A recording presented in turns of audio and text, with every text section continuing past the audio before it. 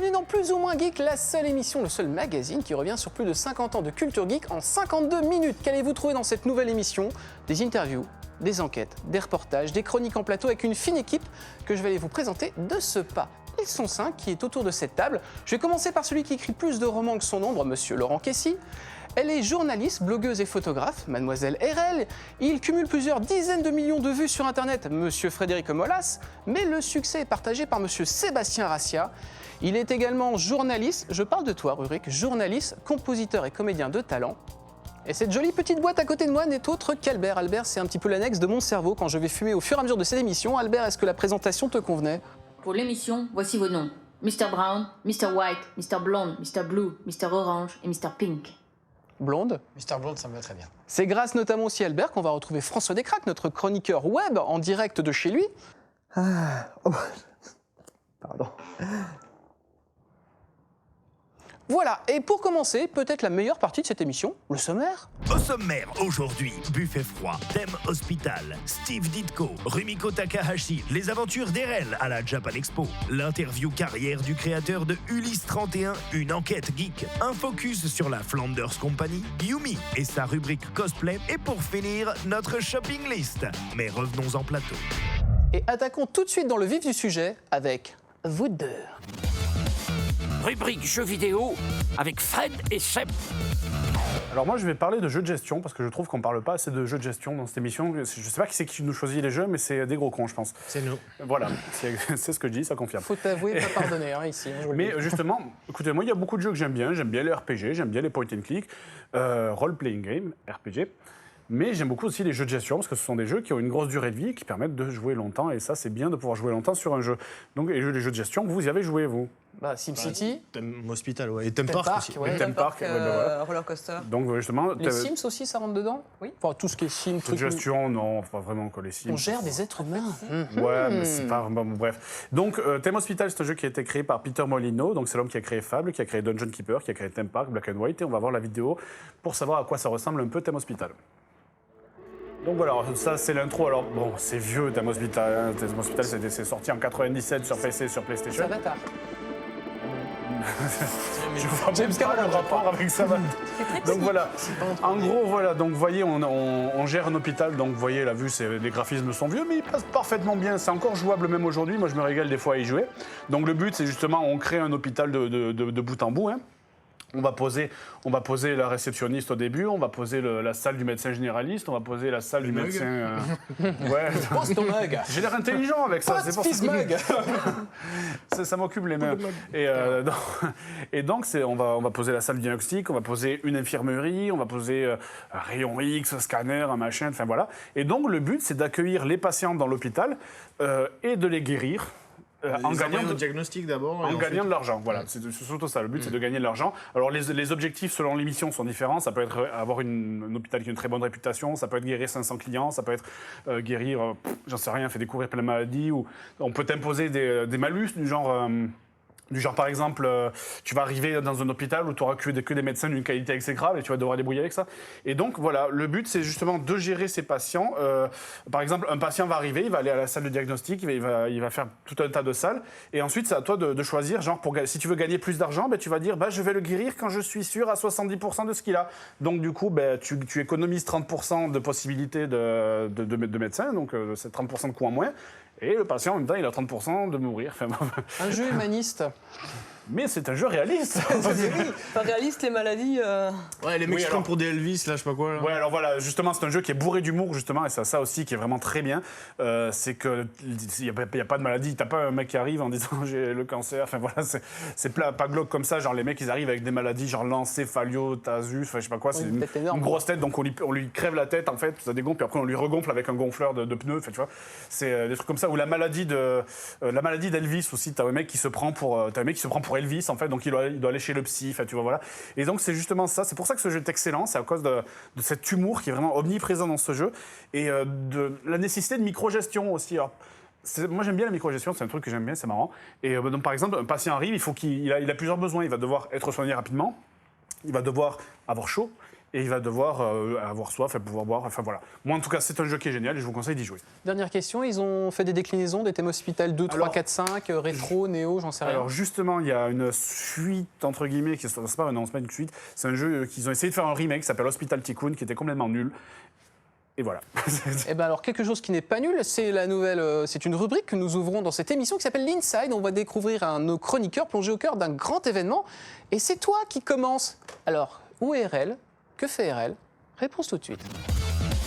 Plongé au cœur d'un grand événement. Voici l'Inside. Nous allons suivre RL au cœur de la 13e Japan Expo qui a planté ses stands de manga au cœur du parc des expositions de Villepinte.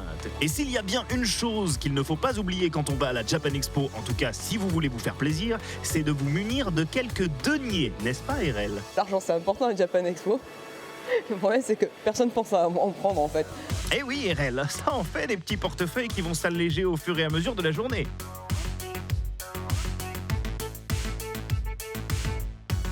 Il va falloir rusher plus vite que ça, par contre. Ah oui, pardon RL, on est pressé, on y va.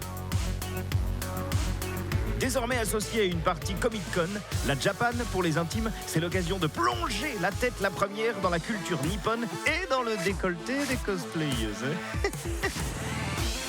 C'est ça le charme de Japan Expo Comic-Con. Croiser des gens avec des cheveux gris, des oreilles de chatons mignons ou encore de grosses armes. Ce sont des cosplayers, nés de la contraction de costume et de playing. Cette passion consiste à se créer la tenue de son héros préféré. Avec plus de 200 000 visiteurs, la QV 2012 de Japan Expo aura largement relevé le défi de fédérer encore plus d'amateurs chaque année. Et hop, nous filons vers la scène culturelle où vous allez découvrir le Bugaku. Le Bugaku, mais Kesaku, c'est un mélange de harpe japonaise traditionnelle, les koto, de petits tambours, les kotsuzumi, et de la flûte.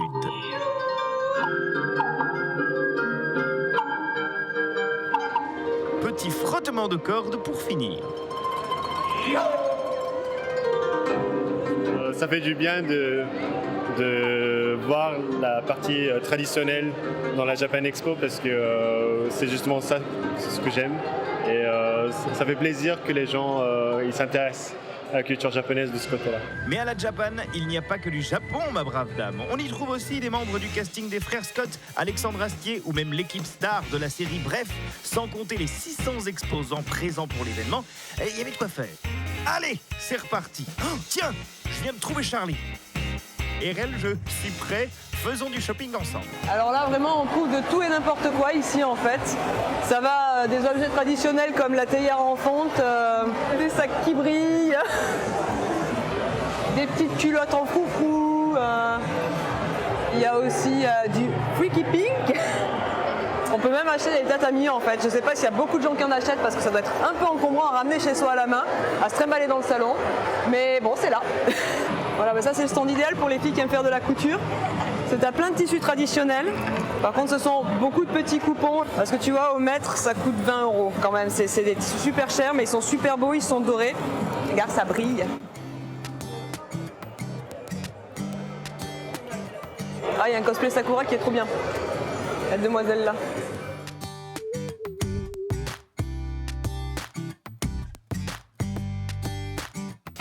À Japan Expo, il suffit de quelques pas pour changer d'univers. Voilà, donc ça c'est le coin des GN, donc les jeux de rôle grandeur nature, et les jeux de rôle tout court d'ailleurs.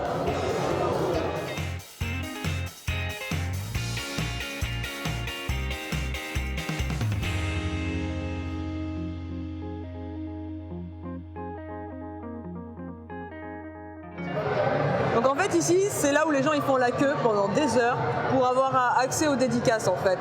Donc ils viennent retirer les tickets qui vont après leur permettre d'aller sur les stands de dédicaces, faire la dédicace de la personne qu'ils ont demandé.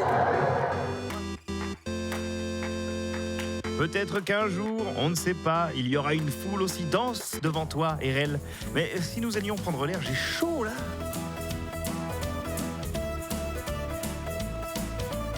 Donc ici c'est encore un point de rassemblement incontournable, en fait c'est le patio, là où se retrouvent tous les fumeurs, tous les cosplayers, les pique-niqueurs. Oui, parce qu'avec près de 50 000 personnes par jour, le moindre coin d'air frais est assailli par tout le monde. Japan Expo ou comment apprendre la survie en milieu urbain en fait. Voilà, en fait, on s'est fait embarquer par un gars. Je ne sais pas pourquoi. On fait des trucs sur fond vert. Alors, on a trouvé une victime. C'est Gaëlle qui s'y colle. Elle va faire un truc dans la boîte Barbie.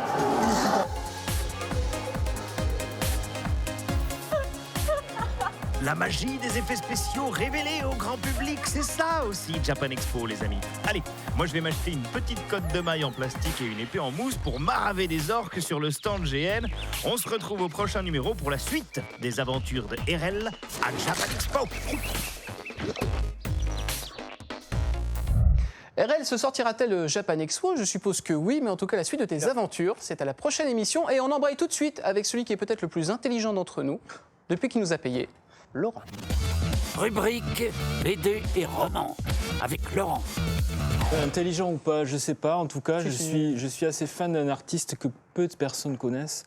Mais dont tous ceux qui le connaissent, c'est très français ça, mais que tous ceux qui le connaissent adorent. Et un petit extrait que je voudrais vous montrer, c'est une vidéo de Neil Gaiman, l'auteur de fantasy, lui assez connu, et de Jonathan Ross, qui est un équivalent de, je sais pas, on va dire de Nagui en Angleterre, et qui a payé de ses deniers. Nagui est en Angleterre, je n'irai plus en Angleterre. Excusez-moi, j'ai traduit ça m'a fait rire. Non, c'est un exemple. C'est un mec célèbre qui fait de la télé en Angleterre, qui a payé de ses deniers pour faire un documentaire qui est passé sur la BBC sur l'auteur dont je vais vous parler, qui s'appelle Steve Ditko. Et l'extrait qu'on va voir, c'est Gaiman et Jonathan Ross qui sont allés voir Steve Ditko chez lui. Et avant de le voir, il faut savoir que Ditko n'est pas apparu en photo et n'a pas donné d'interview depuis 1950. We had a very long chat with him. We had a long chat with Steve Ditko, and he talked to us about creating Spider-Man. And I said, "Could I ask you a big favour? Could I have my photograph taken?" He went, "Oh no, wouldn't have his photo taken." He was so sweet, wasn't he? He was just the loveliest man. We tried to put our head into his room, but he was great. He gave us comics. Ce qui est génial, donc, c'est un mec qui a complètement disparu des médias. Et là, on voit quand même son adresse à New York derrière sur le bâtiment. Voilà. Il est dans l'annuaire en même temps, donc il est facile à retrouver. Et Ditko, donc, c'est le créateur de quand même Spider-Man. Tout le monde connaît Stan Lee. Il apparaît dans tous les films de Marvel et tout ça. Mais il y a à chaque fois des gros créateurs, c'est-à-dire des dessinateurs. Spider-Man, il a créé, et aussi Doctor Strange. Les deux plus gros personnages qu'il a fait sont ces deux-là. Pour Spider-Man, par exemple, il devait être créé par Kirby, le collaborateur préféré de Stan Lee au début des années 60. On devait déjà pas mal de super-héros avant. Les 4 Fantastiques, par exemple, Hulk, etc. Qui est une petite boule rose aussi. Ah, c'est Kirby, non, pardon. Ah oui, non, rien à voir. Jack Kirby. Jacob Kurtzenberg de son vrai nom. Quand on sait que Ditko,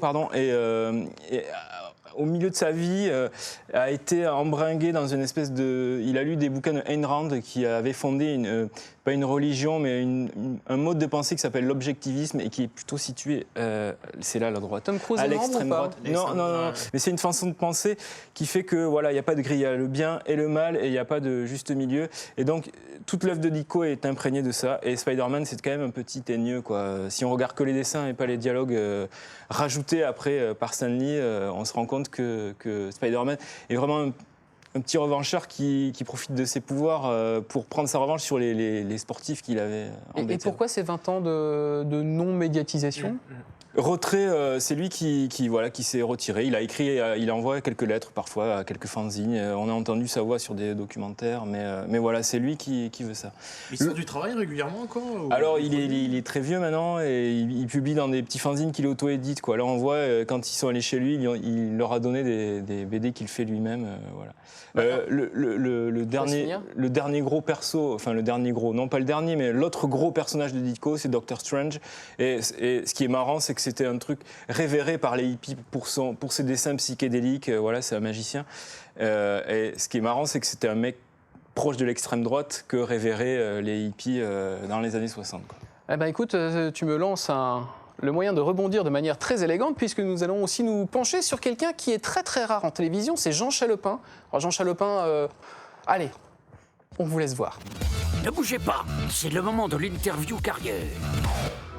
Bon sang, Marty, mais cet homme qui regarde sa montre, ne serait-ce pas Jean Chalopin ? Ah, Jean Chalopin, l'homme qui a bercé notre enfance. Vous ne vous rappelez plus? Alors tout de suite, blind test de générique. Et là, ça va pas. On saute mais nous le lui rendons. Nous les mini-pousses, nous sommes là quand il faut. Je serai son pareil pour faire lever le soleil de derrière la grande ours. Eh oui, c'est lui le créateur de toutes ces séries. Ah, on me dit dans mon oreillette que nous avons une question pour lui à la rédaction, question de monsieur Ulysse. Pourquoi avoir fait la série au Japon?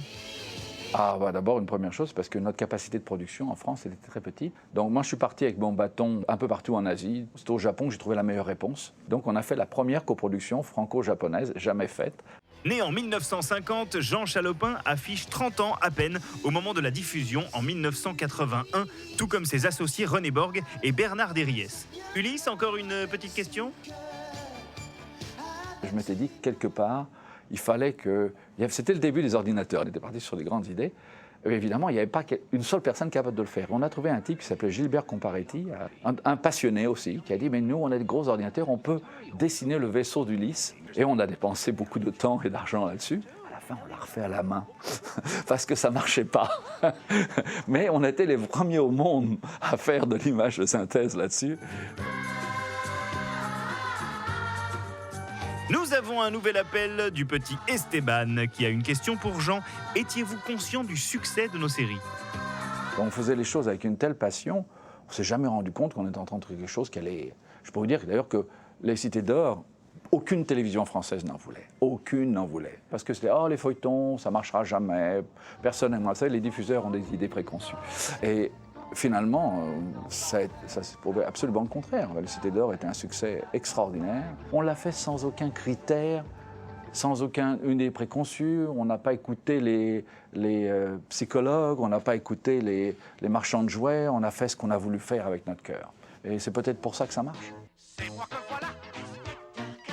Est-ce qu'on peut me passer une autre question pour Jean Chalopin, s'il vous plaît? Ah, une question de monsieur Gadget. Alors, go Gadget aux questions. Comment suis-je né? Donc, quand il est arrivé, Andy nous a regardé, écouté comme ça, il a dit « Mais il faut penser au merchandising, il faut penser aux jouets.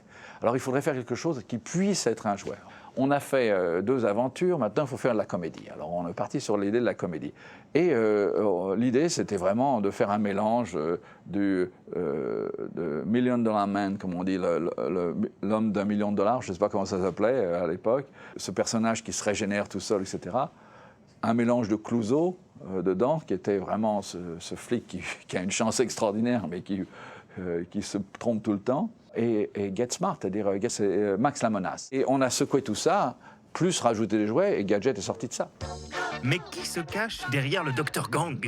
Disney a pris la liberté de révéler le personnage de Dr Gang. Malheureusement, on n'est pas forcément d'accord sur la révélation. Qui est vraiment Dr Gang? Est-ce que c'est un personnage qu'on connaît? Est-ce que c'est Gadget lui-même? Est-ce que la double face de Gadget? C'est peut-être intéressant comme idée. Est-ce que c'est son chef? Est-ce que c'est quelqu'un d'autre? Est-ce que c'est un vrai méchant? Je ne sais pas. Mais Jean Chalopin, c'est aussi les Diplodos, les mini-pousses. D'ailleurs, le petit Eric m'envoie une question pour Jean. Comment avons-nous vu le jour? Notre première rencontre était avec un monsieur qui s'appelait Squire Rushnell, et il était basé à New York.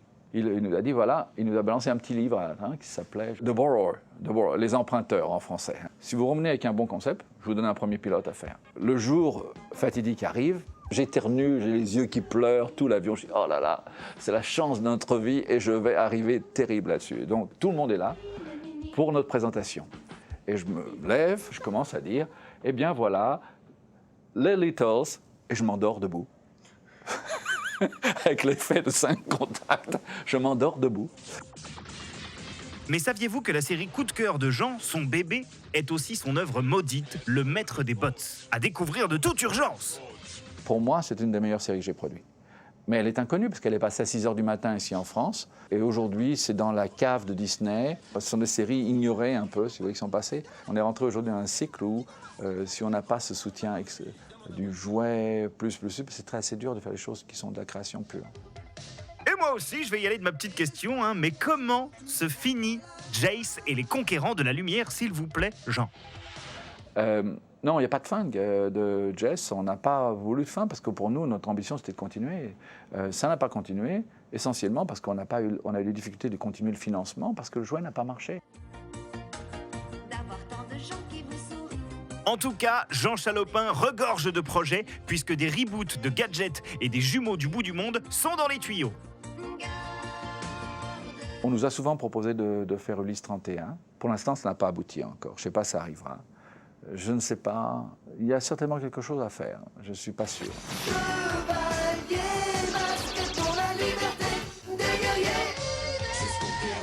En tout cas, les petits et les grands seront ravis d'apprendre le retour des Cités d'Or en 2012. Pour tout ça, merci Jean.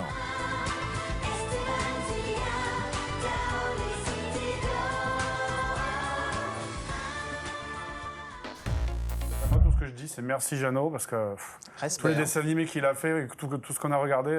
Le meilleur du français, c'est lui. Ouais, C'est un peu lui qui nous a éduqués finalement. Oui. Albert, je vais me tourner vers toi pour savoir à qui le tour. C'est à ma best copine de commencer. À toi, RL. La besta. ARL.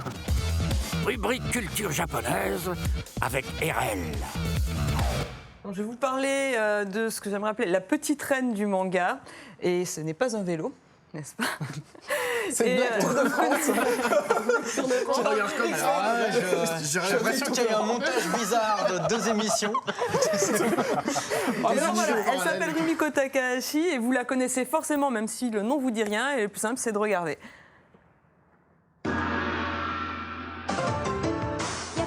Un demi, moitié soleil et moitié pluie. Voilà, le générique japonais lui a été énormément repris, détourné, etc. Il est au Japon, il est super important. Mais c'est Ranma un demi. J'ai vu les culottes. Quoi? J'ai vu les culottes. Ah mais là tu vois du téton, tu vois du. c'est et la version non censurée, elle est non censurée. Justement, j'ai une anecdote à cause de ça. C'est, je me souviens très bien être allé chez l'anniversaire d'un ami, mais quand j'étais petit, j'avais quoi, 8-9 ans, tu vois, et je lui avais offert la version non censurée de Ranma sans savoir que Il a été content, il t'a aimé longtemps. Ah ouais, non, mais c'est vraiment en plus les premiers épisodes, celui où il te montre bien, vous avez compris, je suis une fille, vous avez compris, tu vois. Et, les parents, ils ont des trucs. Ah oui, j'espère qu'il n'a pas regardé avec ses parents parce que. L'info, c'est quand même qu'il a été petit, quoi. On est ravis Voilà, de savoir. donc elle est à l'origine donc de nombreuses séries qu'on connaît aussi en France comme Juliette je t'aime, Maison Ikoku, La Mue, l'extraterrestre en bikini léopard. T'avais l'impression de regarder un porno quand tu regardais La Mue. Voilà, et en fait c'est vraiment quelqu'un de très important au Japon. C'est la mangaka la plus riche du Japon et même une des femmes les plus riches du Japon.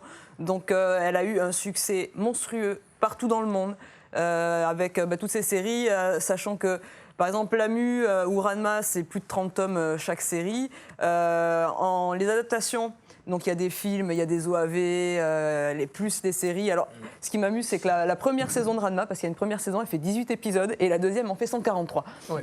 Ils se sont dit, ça marche, on y va. Je t'en mets une petite louche. Il y a d'Ranma, je crois, il me semble que j'en ai 38. 38, j'en ai 32, moi. Et sur La Mue, il y a 195 épisodes de la série télé, c'est un truc à rallonge. Donc bon, ça justifie un truc qu'elle ait gagné aussi bien sa vie. Je savais même pas que c'était sorti. Et du coup, elle est aussi C'est la seule fois qu'il y a un truc long au Japon, d'ailleurs.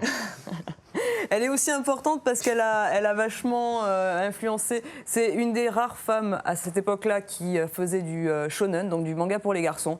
Et je trouve qu'elle a quand même pas mal influencé ce mouvement-là après, comme des auteurs de Pandora Hearts, des séries comme Blue Exorcist, les Peach Pit qui ont fait Dears, assez je te défie. harem. Donne-moi le nom des 3 sœurs en France, le nom français des 3 sœurs de. Oh. Attention, vas-y. Ah non, en français, c'est juste. Je dis ça, mais moi j'en connais que sur les 3. Non, il y a Adeline. Oui, Adeline. C'est que des vieux prénoms, de toute façon. Oui, enfin voilà, il Laetitia, n'y a que Ranma qui s'appelle Ranma. C'est Ranma Vincent. Vincent, oui. Isabelle Saotome. Jean-Pierre Vincent. Et donc elle a influencé beaucoup le harem manga, avec le harem manga, donc c'est tous les trucs genre Lovina, où il y a un mec et plein de filles avec un gros loser, enfin voilà. L'action comédie avec Ranma, voilà.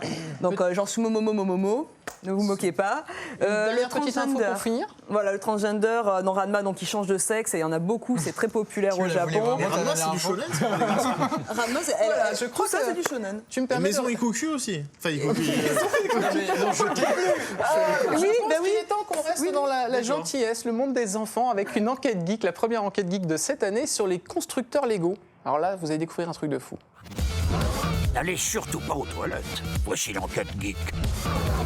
Souvenez-vous, l'enfance, les jouets, le sol de votre chambre jonché de petites voitures, mais surtout, dans un coin, votre inestimable caverne d'Alibaba, votre casier de Lego. Comment est née cette véritable institution? Explication avec 2 spécialistes rencontrés à Japan Expo sur leur stand dédié à leur création Lego. Donc, tout débute c'est dans les années 50. Donc Lego, c'est une marque danoise. À l'origine, c'est un menuisier qui a commencé à faire des jouets en bois. Et puis qui très rapidement, avec l'arrivée du plastique, s'est mis à faire des jouets en plastique. Et il y a cette fameuse brique qui a été créée, qui permettait d'emboîter les briques les unes sur les autres. Et donc ça s'est développé autour de cette brique. Donc on est parti de la brique de base carrée, rectangulaire, à tout un ensemble de pièces de plus en plus spécialisées dans différentes couleurs. Et au fil des années, Lego s'accapare un sacré nombre de franchises prestigieuses. En arrière, derrière, on a encore le château de Harry Potter, Poudlard, qui là a représenté 3 ans de travail pour son créateur. C'est 70 000 pièces. Une scène Star Wars, de Clone Wars plus précisément. Et avec pas moins de 400 milliards de petites briques produites depuis la création, Lego adapte également les univers de Pirates des Caraïbes, des super-héros Marvel et DC, et très bientôt de l'univers du Seigneur des Anneaux. Mais pourquoi Lego séduit-il encore autant? En fait, j'avais arrêté les Lego plus par nécessité, les études, le travail.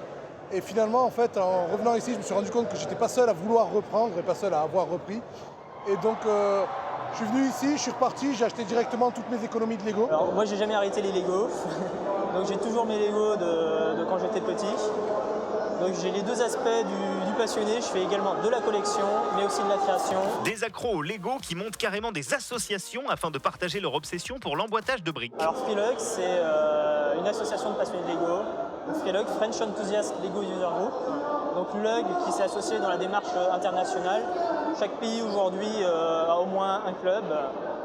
Ça s'est développé assez rapidement ces derniers temps dans les pays de l'Est, notamment depuis l'implantation de Lego dans ces pays.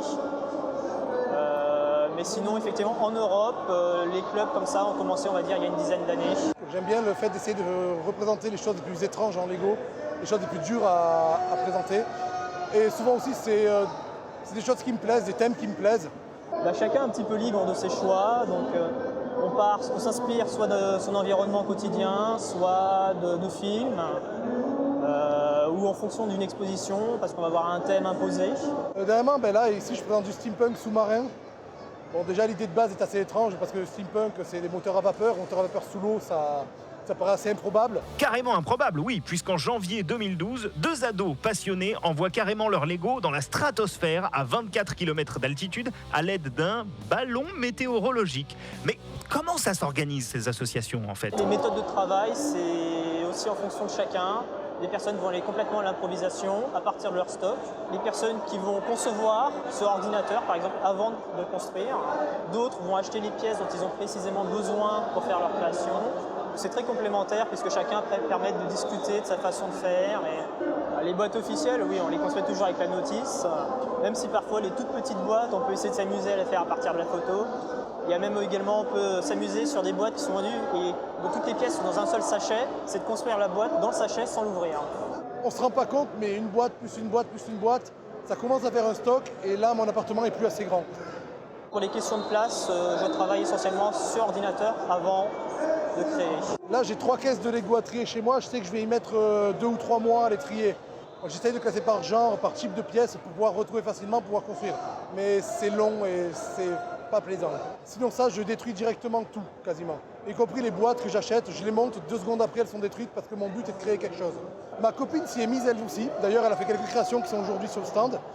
Par contre, mes parents, ma mère s'en fichent totalement et mon père ne comprend pas et même souvent me dit d'arrêter. Il y a même un blog qui recense les meilleures créations qu'il trouve en fait. Ce blog s'appelle The Brothers Brick, donc les frères Brick en anglais. Et il recense toutes les créations qu'il trouve les meilleures sur Internet. Mais alors, et Playmobil dans tout ça? Bah oui, parce que Playmobil, au départ, c'est le grand rival de Lego, non? Le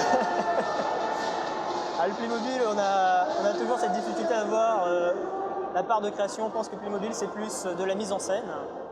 Et il y a moins de part de création. Il n'y a pas du tout de structure officielle qui régit, disons, le marché de l'occasion ou de seconde main. Par contre, il y a des sites spécialisés dans la vente de Lego. Les particuliers, même certains professionnels, vendent du Lego, alors que ce soit les boîtes neuves, des boîtes anciennes, de la pièce au détail, des notices. Il y a plusieurs événements, alors surtout aux États-Unis, il y a beaucoup de conventions où c'est des centaines de passionnés adultes qui se retrouvent sur un week-end ou un peu plus. En Europe, il y a quelques grosses expos aux Pays-Bas, le Lego World. Et en France, aujourd'hui, il y a aussi un événement qui regroupe une centaine de passionnés qui exposent. C'est le partage avant tout, de partager sa passion avec le public, avec les autres passionnés. Pour le moment, non, il n'y a que des bons souvenirs, on va dire. Définitivement, Lego, ce n'est pas que pour les enfants. Et vu l'engouement suscité chez les fans, on ne risque pas d'être à court de nouveautés. Et ça casse des briques. C'est la plus jeune d'entre nous, c'est Yumi, qui ouvre cette nouvelle chronique destinée au cosplay. Alors si vous ne savez pas ce que c'est que le cosplay, si vous savez ce que c'est, eh ben, regardez ça. Rubrique cosplay avec Yumi. Salut à tous, si vous voulez deviner qui est mon invité aujourd'hui, 4 indices. Indice numéro 1, elle porte le nom d'une ancienne prophétresse. Indice numéro 2, elle possède un artefact. Indice numéro 3, c'est une perle. Indice numéro 4, elle a de longs cheveux bleus. Je vous laisse un petit peu de temps pour réfléchir.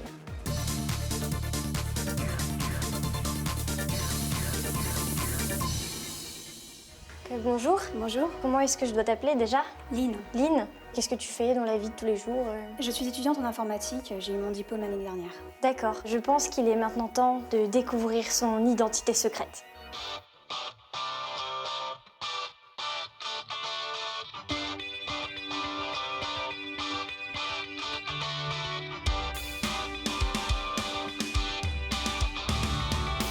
Lynn, tu vas nous parler un peu de ton cosplay? Alors c'est le personnage Padran Suyul de Final Fantasy XIII-2. C'est un personnage assez récent, parce que le jeu est sorti il n'y a pas très longtemps. Et tout le long, j'ai essayé de comprendre un peu le personnage. D'accord. Qui m'intriguait énormément. Mais en même Donc temps, tu as en fait travaillé aussi la côté personnalité du personnage, pas seulement que l'apparence physique.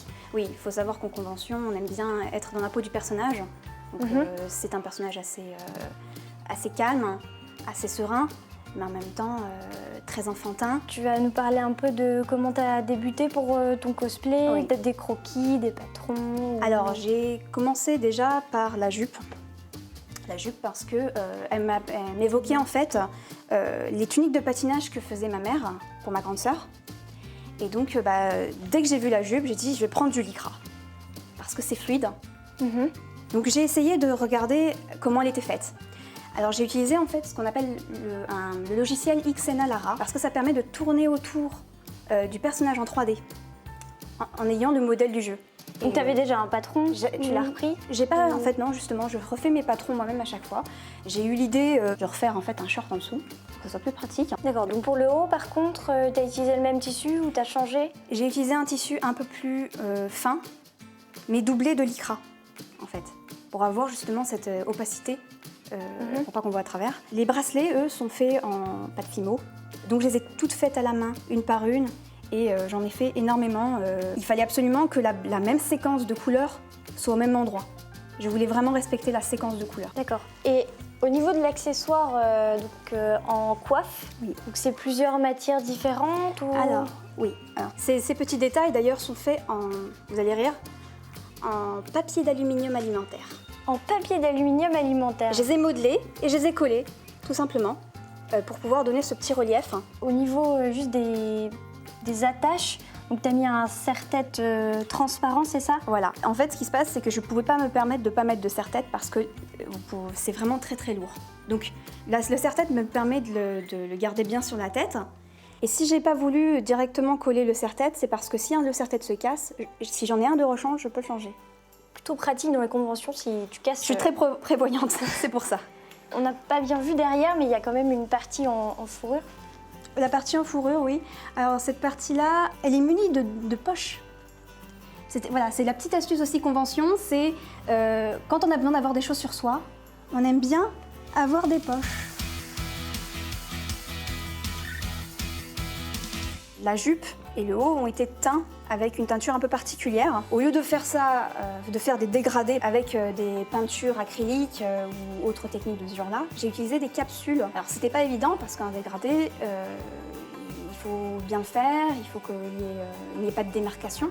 L'astuce pour éviter d'avoir des démarcations, c'est quand on sort du bain, prendre une brosse avec un peu de savon et frotter dans ce sens-là.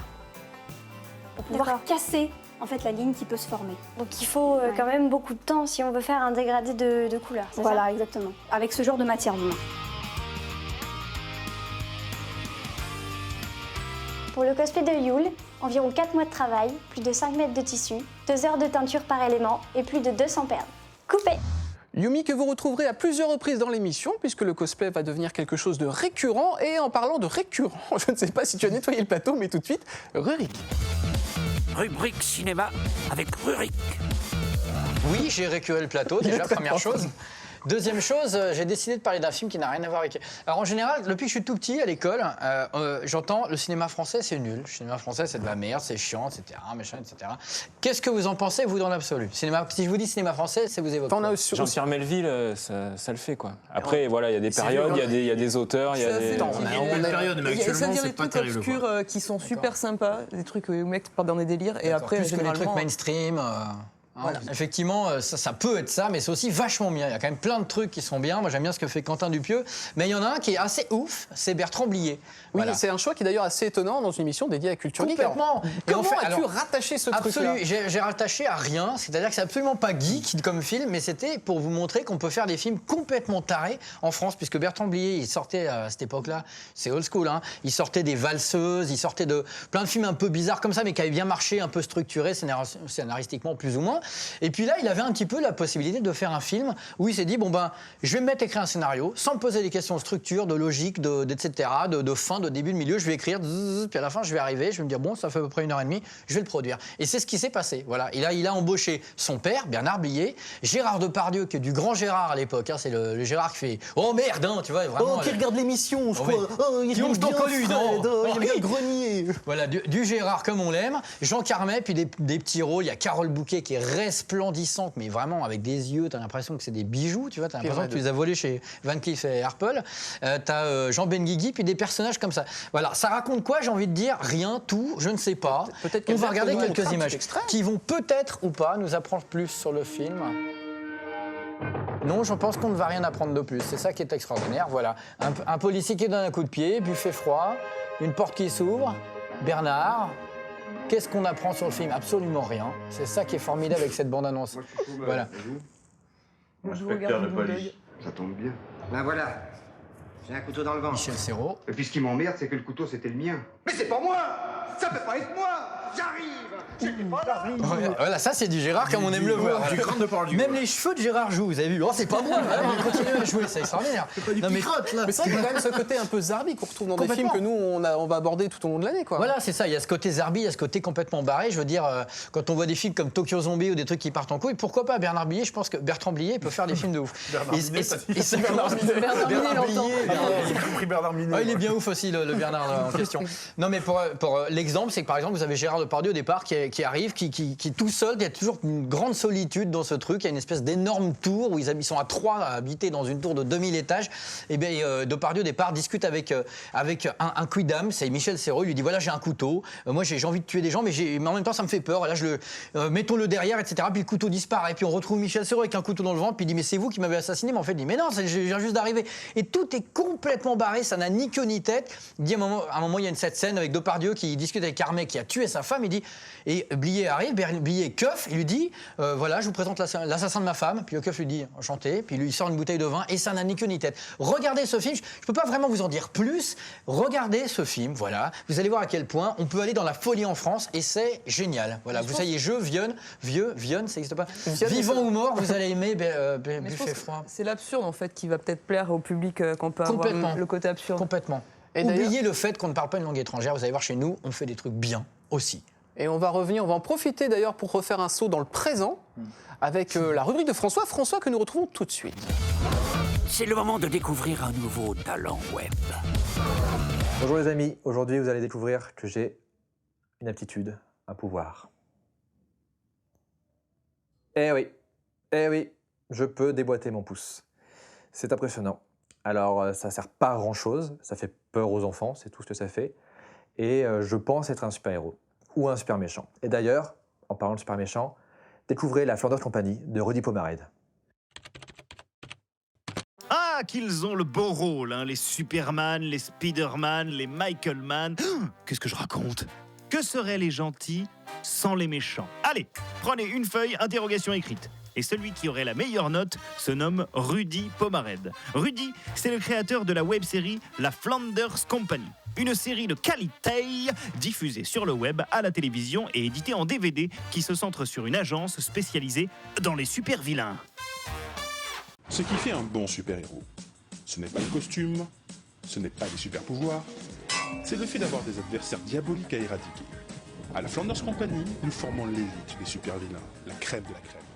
D'où vient le nom Flanders Company ? C'est le nom qu'on avait donné à un organe dans une autre production à nous qui s'appelait Damned, dont le rôle était de s'occuper de l'insertion des démons dans le monde normal, dans le monde des humains. Et c'était une entreprise un peu mystérieuse, très humaine finalement, et très orientée finance, etc.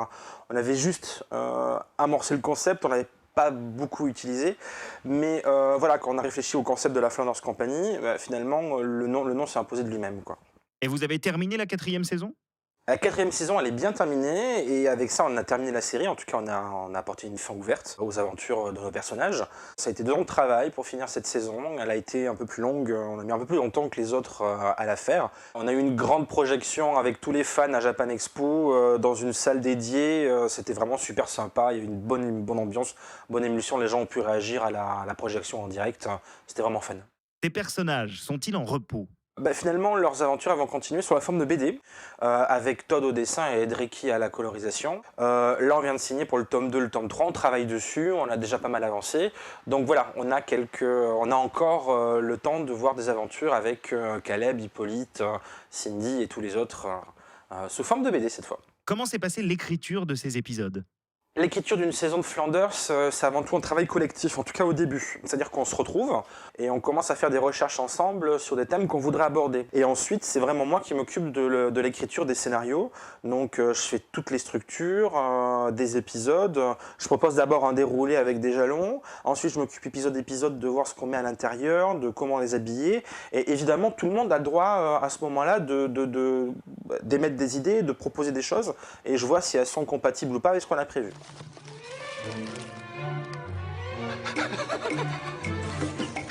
Qu'es-tu en train de faire, mon fils? Vous êtes Georges Clooney. What else? Alors comment est-ce que tu gères ton planning ? J'ai la chance, durant toutes ces saisons, d'avoir vraiment des gens qui se sont assez impliqués là-dessus. C'est-à-dire que j'ai Simon qui joue Armand Truman, qui m'a beaucoup aidé pour démarcher des endroits, essayer d'en trouver, organiser un petit peu, en tout cas au moins le planning des gens. Frédéric Austin qui joue Hippolyte, qui a été vraiment super disponible avant et pendant les tournages. Vraiment, il a fait en sorte de mettre le projet en avant. Après, c'est vrai que comme on est tous bénévoles, finalement, c'est pas notre métier de faire ça. On fait ça sur notre temps libre, on a tous des métiers à côté. Ça a été très difficile de ménager les horaires de tournage, en tout cas les dates de tournage, avec les impératifs de tout le monde. C'est frustrant, mais mine de rien, on a quand même réussi à s'en sortir. Donc voilà, ça fait partie du jeu aussi. Sachez que, pour ceux qui aiment l'extrême, la série est déconseillée aux moins de 10 ans. Oui, il faut avoir plus de 10 ans. Vous allez me dire qu'il ne me faut pas grand-chose, et ce n'est pas faux. J'ai un petit cœur sensible. Mais l'épisode 10 de la saison 4, lui, est carrément interdit aux moins de 12 ans. Et là, j'ai même plus le droit de regarder. Quelle est l'œuvre qui t'a le plus influencé ? Forcément, je suis influencé par plein de choses. Mais dans la façon dont je me suis développé en tant que réalisateur, on va dire, et scénariste, c'est vrai qu'il y a deux individus qui ont une part importante pour moi dans la façon dont j'écris et dans mon style. C'est Joss Whedon, qui est donc le créateur de Buffy. Il amène son spectateur dans un axe et puis il le casse. Il a un sens de la formule qui est assez grandiose. Il y a un auteur anglais qui s'appelle Terry Pratchett. C'est un type qui prend le contre-pied de Tolkien, qui écrit une trentaine de bouquins de l'univers qui s'appelle le Discomonde. Le personnage d'Igor, par exemple, c'est un emprunt à Terry Pratchett. Le personnage d'Igor, il apparaît dans une dizaine de ses bouquins et on en a fait un à notre sauce, mais évidemment, on y fait référence parce qu'on aime bien, dans la Flanders, faire référence aux choses qu'on aime. Allez.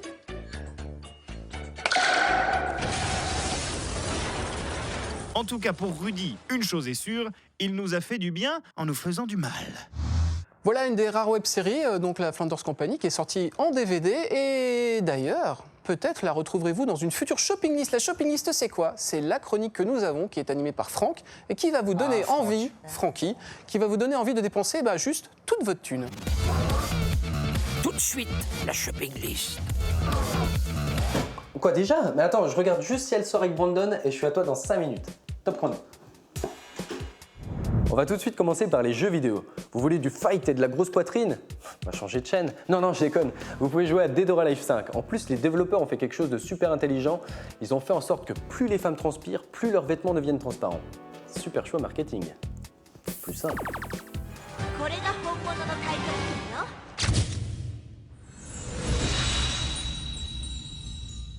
Sur PC, vous aurez droit à Port Royal 3. Donc moi, je crois que c'était un jeu d'élevage de cochons du roi, mais en fait, pas du tout. C'est un jeu sur les pirates. Bon, après, vous gérez votre bateau, vous attaquez des gens, enfin bref, de la vraie piraterie. Mais quand même, le jeu sur les cochons du roi, ça a l'air pas mal. Je vais breveter ça. Les femmes de Manara, c'est dessiné par le célèbre italien Mino Manara, et dedans, vous pourrez retrouver des femmes nues, mais complètement dénudées. Hein. Mais bon, si j'ai choisi ce bouquin, c'est uniquement pour l'amour de l'art, parce qu'une femme nue, c'est avant tout un chef-d'œuvre. Chez Dargo, vous pourrez retrouver Zaya. On va pas parler d'une blonde aguicheuse qui attire les joueurs de foot, loin de là. On va parler d'une sculpteuse qui va reprendre du service en tant que tueuse. On pourrait un peu l'appeler une sculptueuse. En bouquin, je vous conseillerais plutôt La vie romantique d'Alice B. En fait, c'est l'histoire d'une quarantenaire qui sait plus trop où elle en est dans sa vie, donc du coup, elle va faire une mise au point, et puis là, elle va rencontrer un médecin, enfin bref, un petit bout de vie, quoi. Chez Vent d'Ouest, vous pourrez retrouver le guide des chats. Ça fait partie d'une longue lignée d'autres guides, comme par exemple le guide des grands-parents, ou alors le guide junior pour être une star. Super. Ou encore le guide du sexe. Enfin bon, j'espère qu'ils ont le guide des blagues, parce que moi, je suis pas au top. Vous pourrez acheter Lockout en DVD. C'est l'histoire d'une prison spatiale qui contient 500 détenus, mais un jour, ils vont tous s'échapper. Mais le plus grave, c'est qu'il y a la fille du président à l'intérieur. Qu'est-ce qu'elle vient foutre là? Il n'y a même pas de jacuzzi. Bref, un homme est là pour la sauver. Un seul. De l'amour, de l'action. Un vrai film, quoi.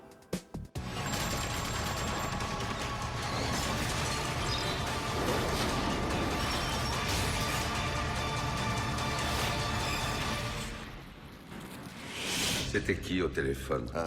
Son nom c'est Fuck You. Palais Poli, c'est un manga un peu chelou, psyché, surréaliste, bizarre. Il est beau, mais il est violent. Il est en noir et blanc, mais c'est un mélange de styles. C'est vraiment du tout et n'importe quoi. Enfin, c'est un peu comme moi, quoi.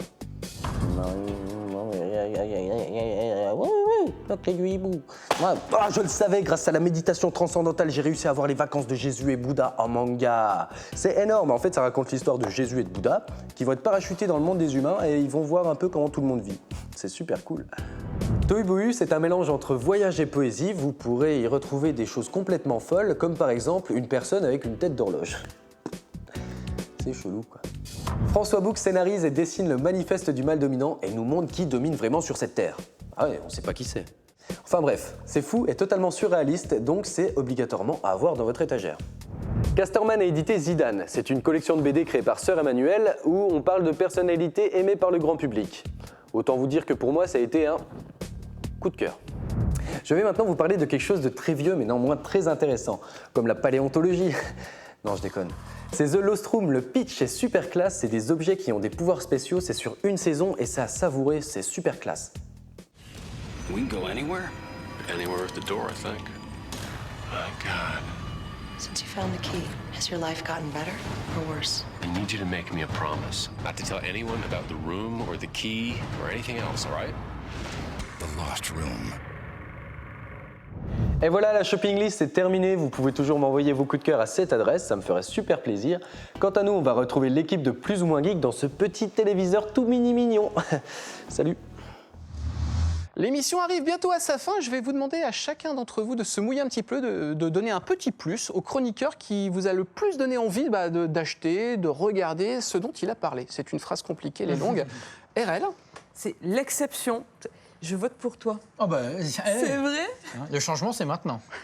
Laurent? Moi aussi, j'ai bien envie de voir Buffet froid. Ouais. Oh là là. Seb. On va frôler le carton plein parce que moi aussi je choisis Buffet. Oh putain, Fred. ça me plaît. Moi, je vais voter pour François Descraques parce que personne ne vote jamais pour lui. Et ben moi, je vais voter aussi pour toi, Rurik. Alors voilà, tu as gagné. Ouais, moi, personne ne me Bon, Gonzo, demande. tiens. Mais c'est un truc de ouf, Bon, personne Gonzo, ne me tu as demande. gagné. Tu as gagné, toi, oui, c'est bon. Non, moi j'aime bien tous les thèmes Hospital Park et tout. J'avais beaucoup joué, mais comme je les connais, bon voilà. Par contre, vos deux personnages vraiment bizarres m'ont l'air intéressants. La mangaka chelou et le mec qui parle jamais à personne. Mais ça n'empêche pas que tu as quand même le plus de plus. ben, ça- Voilà. ça me Et fait c'est plaisir. sur ces bonnes paroles que nous nous quittons. On se retrouve très bientôt avec un nouveau numéro de Plus ou moins Geek. Vous pouvez poursuivre l'aventure sur des réseaux sociaux tels que Geekbook, Geekter, une appli geek que vous pouvez télécharger qui vous permettra notamment de suivre les futures émissions avec plein de petites infos qui arriveront sur votre portable. Ouh, la technologie. Peut-être Albert, un dernier mot pour la fin. Hasta la vista, baby. Tout est dit. À bientôt, bye bye.